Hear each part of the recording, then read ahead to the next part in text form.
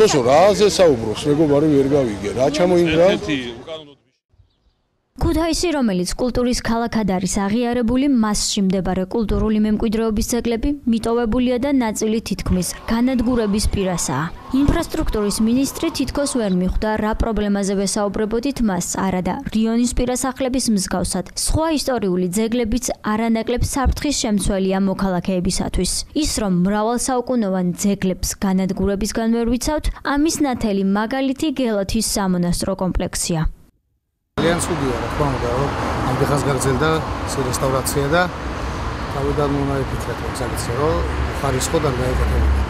რა თქმა უნდა, ამდენი წელიწადი და ამდენი საუკუნეების არის და ძალიან ცუდია, რომ გადაგებია. ეს არის ძალიან ცუდი რა. კულტურის სამინისტრომ ჯობია პოლიტიკური გაცხადებების დასვლად საქმეს მიხედვა.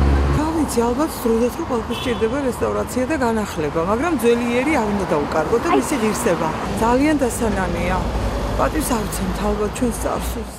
უნდა გაუთხეთ იქიდან გამომდინარე, რომ თვითონ კულტურული მემკვიდრეობა ისეთი რაღაცა არის, რაც ჩვენ თვით ყოფადობას განაპირობებს. და თუ გაუთხილდებით ამ კულტურულ მემკვიდრეობას, ჩვენ საუკუნეების შემდეგ თაობიდან თაობას ეცოდინება თუ ვინ ვართ, საიდან მოვდივართ და ასე შემდეგ. ჩემი აზრით უფრო მეტი ღონისძიებები და პრევენციები არის საჭირო ამისათვის. აზე ძვირფასი და ღირებული ეს არის ჩვენი კულტურული მემკვიდრეობა, რომელსაც უნდა გავუფრთხილდეთ. მე პირადად უფრთხილდები და ვაფასებ წინაპართა ხვაწლს. საუკუნოვანი გელათზე ყველა მის საქართველოში როგორ დააზიანებს. რა შეიძლება დავარქვათ ამას თავგადასავალი? ამას რა ვიცი, უარესი რა უნდა იყოს, ბარბაროსი. და გაუცხოება და განადგურება საკუთარი კულტურული ძეგლების და მემკვიდრეობის.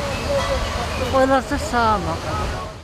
ქუჩა, სადაც ებრაელები საუკუნეებით ცხოვრობდნენ და მართლაც ერთ-ერთი ისტორიული უბანია ჩვენს ქალაქში, ახლა ჩამონგრეული და ხავსმოდებული შენობებითაა დამშვენებული.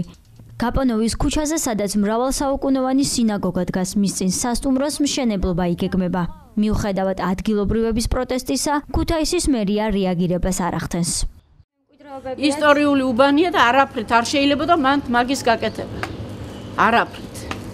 მაგრამ თავისი ლელო გაქვთ მაინც უნდათ რომ აგერ ამ შენობაში შეხედეთ ამ შენობაში გალესილი გაპრიალებული ამ მოსახლეს გაპრიალებული კედელი ჩამოანგრევინენ იმხელა ფასი დაუჯდა იმის გალესვა ესო ისტორიული უბანიაო და არ შეიძლებოდა გალესო თურმე კედლის გალესვა არ შეიძლებოდა და იქ სასტუმროს აშენება შეიძლება ეს რა უკანონობა და უსამართლობა ეს კი ვარლამიშვილის ქუჩაზე მდებარე კულტურული მემკვიდრეობაა.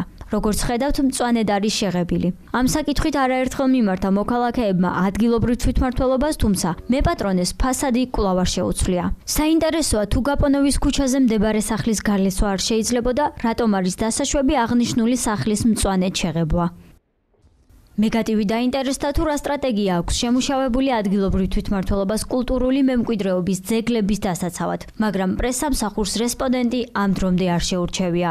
მაგრამ ფაქტია, რომ პრობლემის მოსაგვარებლად ეფექტური ქმედითი ნაბიჯები ამ დრომდე არ გადადგმულა.